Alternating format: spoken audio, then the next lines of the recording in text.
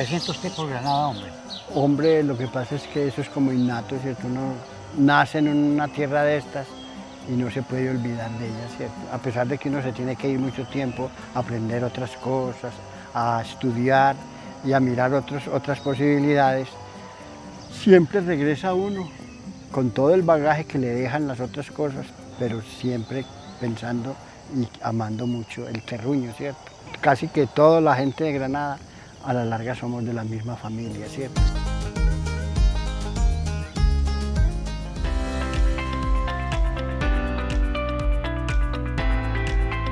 Bienvenidos a Visión Solidaria, el programa de la Reco Granada. En esta emisión queremos compartir con ustedes más historias y novedades sobre este 2024, porque aquí estaremos visitando los municipios y las ciudades donde Cogranada tiene presencia. Hoy estaremos en el municipio de Granada, Antioquia, recorriendo sus calles y conociendo de su historia. Además, tenemos para ustedes beneficios y servicios de la Reco Granada. Quédense hasta el final.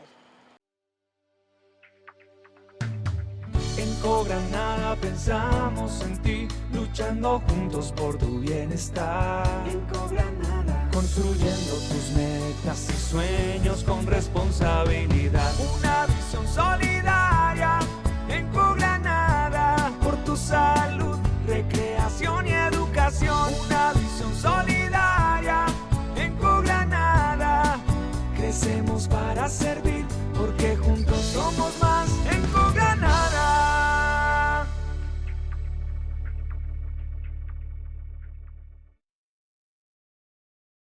Hoy, desde Granada, Antioquia, municipio del oriente antioqueño, estaremos recorriendo sus calles y conociendo más de su historia. Este lugar fue denominado primero como Baos, debido a la neblina que cubría las montañas. Además, recibió hace 63 años a nuestra cooperativa Cogranada. Veamos qué tiene para contarnos don José.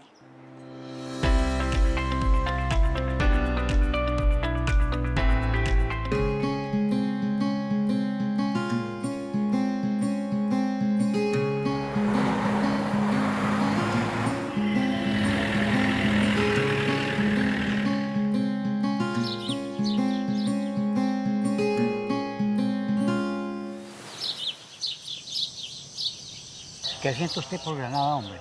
Hombre, lo que pasa es que eso es como innato, ¿cierto? Uno nace en una tierra de estas y no se puede olvidar de ella, ¿cierto? A pesar de que uno se tiene que ir mucho tiempo a aprender otras cosas, a estudiar y a mirar otras posibilidades, siempre regresa uno con todo el bagaje que le dejan las otras cosas, pero siempre pensando y amando mucho el terruño, ¿cierto? Casi que toda la gente de Granada a la larga somos de la misma familia, ¿cierto?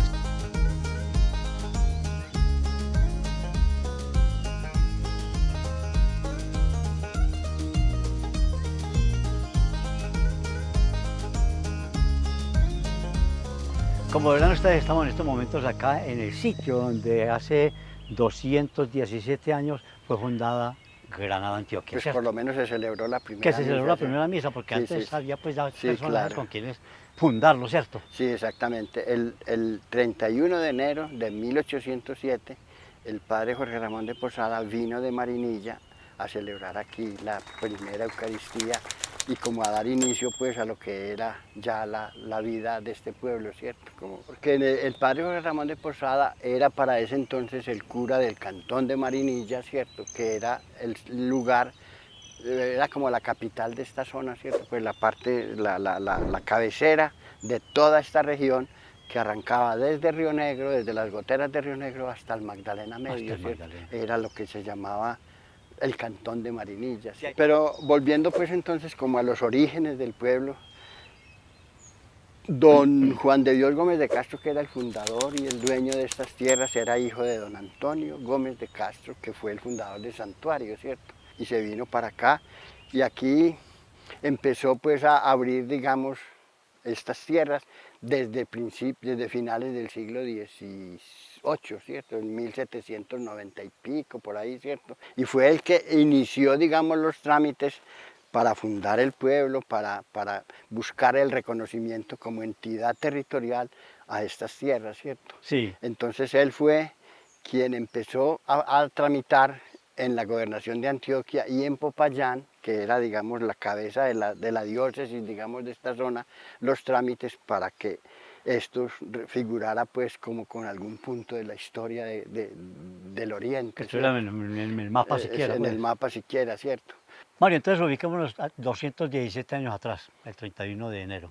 ¿Qué pasó aquí en ese mismo día nomás? Pues ese mismo día, el 31 de enero, vino Monseñor, o en ese tiempo no era Monseñor, era el doctor Jorge Ramón de Posada, que era el cura de la parroquia de Marinilla, se vino en una mula de Marinilla, ¿cierto?, hasta acá, a celebrar la primera misa aquí en este sitio, ¿cierto? Porque recuerda a José Carlos que los mandamientos de la Santa Madre Iglesia mandan que hay que oír misa entera todos los domingos y fiestas de Guatán. Entonces la gente de aquí le decía a Monseñor, al padre José Ramón de Posada, que era imposible cumplir con ese mandamiento porque para ir a una misa cada 8 días a Marinilla, a caminar 37 kilómetros para ir a misa era muy bravo. Y después volver. Entonces, que si ellos se condenaban era culpa de él porque no mandaba un cura aquí a celebrar misa, ¿cierto? Vea. ¿Sí o no? Entonces hubo que, entonces por eso hicieron la forma de más que... de 800 almas perdidas. Más de 800 almas para el uno. infierno por culpa de Monseñor que no mandaba un cura para acá, ¿cierto? Entonces mandaron al padre para acá. Oiga, la metieron con toda. Sí, claro, se metieron por hondera, ¿cierto? Sí. Claro, para pedir que se hiciera, pues, que se mandara un curita para acá. Y ellos, pues, y el obispo dijo, sí, vamos a ver, ¿y ustedes sí tienen con qué sostener al padrecito allá? Yo, claro, aquí tiene la capillita, le hicieron la capillita, la casa cural y todas esas cosas. Más amor. Y eso, en esa época eso llamaban, es que tenían que tener la manera para que el cura tuviera una congrua subsistencia. No sé qué tan congrua subsistencia tiene usted, José Carlos. Pues yo no sé, cuando yo sepa que es congrua, le digo.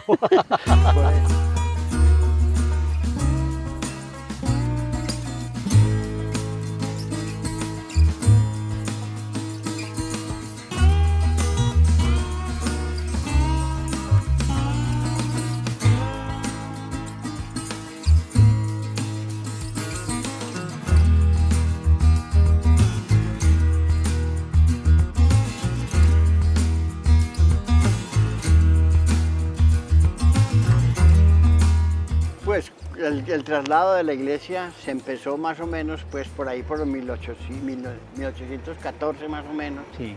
Se empezó pues se vio la necesidad de pasar a Granada de la zona húmeda de Las Vegas, ¿cierto?, a un sitio un poco más seco, ¿cierto? Sí. Y fue así como empezaron la construcción de esta iglesia, que la empezó pues el padre Francisco Javier Gómez y la terminó el padre Ramón Gómez Hoyos en 1822. Terminó la capillita y la bendijo ese día, el 12 de enero o algo así de 1822, bendijo pues esta capillita y ya pues Granada siguió funcionando en este sitio, ¿cierto? El padre Ramón, cuando murió en 1863, la gente de Granada fue y lo trajo del santuario para enterrarlo aquí. Y ya sus restos pues reposan aquí en la iglesia de abajo, ¿cierto? En este templo, ¿cierto? Ahí está la bóveda, la lápida donde están los restos del padre Ramón Gómez. Bueno, vamos a hablar, ya pues, señalamos aquí todos los prohombres pues, y de la época, y vamos a hablar entonces del primer que tenemos acá, que se llama Gregorio Nacencén Hoyos. Nació aquí en Granada en 1849 y después pues ellos también salieron, digamos, en la época de la colonización antioqueña, la segunda o la tercera mejor, se fueron pues hacia esa zona. Él se hizo sacerdote y en 1900 y pico fue nombrado obispo de Manizales. Y él estuvo pues como obispo allá hasta que murió, y prácticamente pues la gente de Manizales tiene una estatua de Monseñor Gregorio Nacencén Hoyos, así de mármol, parecida a la que hay aquí del Padre Clemente, y está situada ahí en la Puerta del Perdón de la Catedral de Manizales. Vea. Y al Monseñor Gregorio Nacencén Hoyos lo reemplazó después Monseñor Tiberio J. Salazar y Herrera, que nació aquí en Granada en 1871 también, ¿cierto? Ya mucho más adelante, ¿cierto? Hay otro personaje pues, que no podemos soslayar, y es el doctor Francisco Luis Jiménez, hombre. Un hombre que es el padre del cooperativismo en Colombia, pues manejó todo ese tema de la fundación de las cooperativas. Y parece que él en Medellín y en Europa tiene trascendencia desde el punto de vista cooperativo, porque fundó pues en Medellín cooperativas y barrios Más de cooperativos, 200. ¿cierto? Exactamente, entonces eso hace que el personaje pues sea un hombre de mucha valía para Granada, ¿cierto? Y para el país en general, ¿cierto? Bueno, ¿y por qué no nos vamos entonces para el interior de la iglesia, hombre, a ver qué? Pues vamos a mirar la tumba del padre Ramón Gómez. Y el valor histórico también. Y el valor ¿qué hay histórico allá que como de tiene los dos? la capilla, la iglesia, ¿cierto?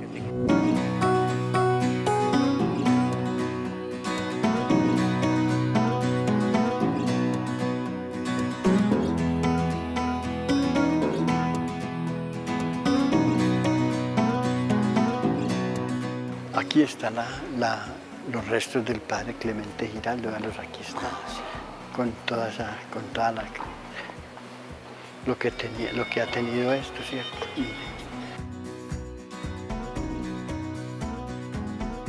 Además de sacerdote, pues durante 62 años el padre Clemente influyó mucho en el perfil de granadino. Sí, ¿cierto? claro, él le tocó, ¿Cómo considera pues, usted le tocó educar a la gente de Granada en esa época, ¿cierto? Recuerda que cuando él vino aquí decían que si no se le servía ese padrecito, que entonces que bajara un ángel del cielo, que parece que la gente estaba muy dividida, con muchos problemas y muchas cosas, y el hombre pues logró plasmar en toda esa época que estuvo aquí una especie de idiosincrasia granadina, ¿cierto? Que él fue capaz de imprimirle a la gente, ¿cierto? María, estamos aquí entre la patrona de Granada, Sí, sí. ¿cierto? Santa Bárbara de la Arista. Sí, es Que de hecho Granada tuvo el nombre de Santa Bárbara en sus inicios, ¿cierto? Sí, claro, porque recuerda usted que el mito de la fundación de Granada está basado en la historia del terciador Antonio Agudelo. El terciador era decir que traía mercancía desde el Magdalena a la espalda aquí hasta Granada, ¿cierto? Ese era el oficio de los terciadores prácticamente, ¿cierto? Y una fortaleza, pues. Y Antonio Agudelo, que hace parte del mito de la fundación de Granada, era el terciador que viviendo en esta zona iba a cargar mercancía de allá y le pedía a Santa Bárbara que no lo dejara morir sin los últimos sacramentos, ¿cierto? Entonces el padre Pineda de Marinilla, que vivía en Bogotá, se vino. Le dio como una pataleta. Le dio pataleta para venirse a Marinilla. Llegó a Remolinos, se encontró al enfermo allá, le aplicó los santos sacramentos y resolvió volverse para Bogotá, ¿cierto? Entonces dicen que eso hace parte como del milagro que le hizo Santa Bárbara a nuestro terciador, y por eso pidió que se hiciera la capilla aquí a nombre de Santa Bárbara, ¿cierto?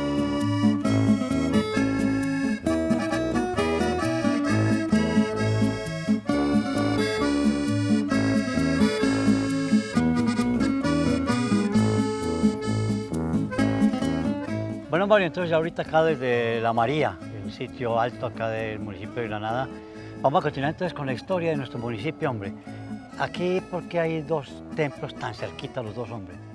Cuando al padre Policarpo María Gómez le dio por construir ese templo, lo hizo pensando en la expansión urbana de Granada, porque para ese entonces la iglesia de abajo, la de la plaza, resultaba pequeña para tantos feligreses que había en Granada, porque el área urbana de Granada llegaba solamente hasta donde lo que es hoy la calle Jorge Ramón de Posada. Por ahí era una cañada que prácticamente pues dividía al pueblo de esa parte para acá, que era zona rural, todas esas cosas era rural. Y por ahí estaba pues la finca de don Antonio Tamayo, y el padre Policarpo María Gómez le compró por 7.000 pesos toda esa área, ¿cierto? Toda esa área, y allí fue donde construyó, digamos, la iglesia y la normal. Y usted recuerda, José Carlos, que para el lado de más acá estaba lo que llamaban la granja, ¿cierto? Que sí, era también de la parroquia. Sí. Entonces toda esa zona fue la que se utilizó después para la expansión urbana de Granada, ¿cierto?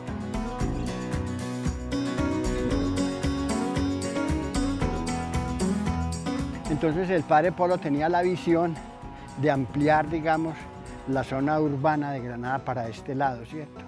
Y recuerda, José Carlos, que los carros de Medellín pasaban, venían por la avenida Colón, llegaban allá a la Boyacá y bajaban a la plaza, subían a la Carabobo, volteaban ahí por la caja, lo que es ahora el Banco Agrario, y subían aquí por Carabobo, por la Casa de los Castaños, y seguían hacia San Carlos, ¿cierto? Entonces ya para el año de 1962-63 se ve la necesidad de ampliar esa carretera, esa vía, para que se haga un desvío para poder pasar, digamos, toda la maquinaria y todos los aparatos que iban para la represa de San Carlos, ¿cierto? Esa fuerza hidroeléctrica de esa zona fue la causante de que se hiciera la variante aquí en Granada. Entonces se compraron algunos solares ahí y se compraron unos metros a la gente que vivía en la parte de arriba de la carrera Junín, que se llamaba eso, y se compraban a cada uno, le compraban 5 metros para ampliar la variante en ese entonces, ¿cierto? Sí. Y la variante entonces iba a seguir por aquí, pasaba por la heladería Junín y seguía aquí por los lados de la iglesia para salir aquí por la casa de Doña Amanda y salir a San Carlos. Pero el padre Pedro Antonio dijo que no era bueno que pasara esa vía por la casa cural, entonces ahí la desviaron por la plazuela hacia el comité de ciclismo y por allá a San Carlos, ¿cierto? Ah. Y se hizo ese desvío ahí, ¿sí me entiendes? Sí. Ese entonces es el misterio que tiene todo eso, toda esa construcción ahí.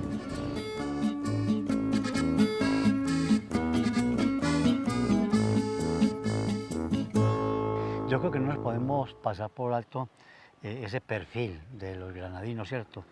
Que donde vamos la gente nos distingue por algo, ¿cierto? Sí, sí. ¿A qué se deberá pues todo eso de que son tan comerciantes? Porque yo pues como comerciante soy malongo más bien, hombre. No, lo que pasa es que Granada, usted sabe que con Abejorral, son Marinilla, Santuario y Granada son los comerciantes importantes de Antioquia. ¿Cuánta gente de Granada no tenemos? ¿Cuántos paisanos y familiares de nosotros están por allá que se fueron a buscar cosas, ¿cierto? Y uno se encuentra pues en Caicedonia, en Cali, en Armenia, en Pereira, colonias granadinas inmensas de gente que han estado dedicadas por una parte al comercio. Usted los ve, llegan a Medellín, consiguen una casita y lo que ponen en la salita es una revoltería, ¿no? Sí. Eso es muy común de encontrarlos uno con la revoltería o con una tiendecita en la sala, ¿cierto? Y por la ventanita venden y así se van creciendo hasta que hacen un negocio grande. La gente de Granada es muy apegada a su tierra, ¿cierto? Sí. Y a la larga, pues, no solamente Granada, sino que pronto se regionaliza un poquito con la gente de Santuario, Cocorná, Marinilla, ¿cierto? Toda esta gente oriental tenemos esa característica, ¿cierto? Sí. Muy apegados como a la tierra, ¿cierto?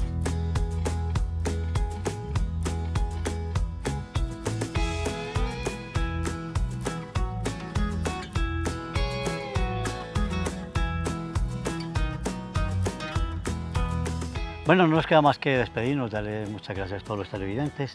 Este es un pequeño homenaje que le hace Visión Solidaria al municipio de Granada, esta bella tierra, la tierra de cooperativismo, la tierra de Cogranada, en donde el cooperativismo realmente respira por todos los poros, Mario, ¿no? Exactamente, y ahora que estamos cumpliendo 217 años. 217 años.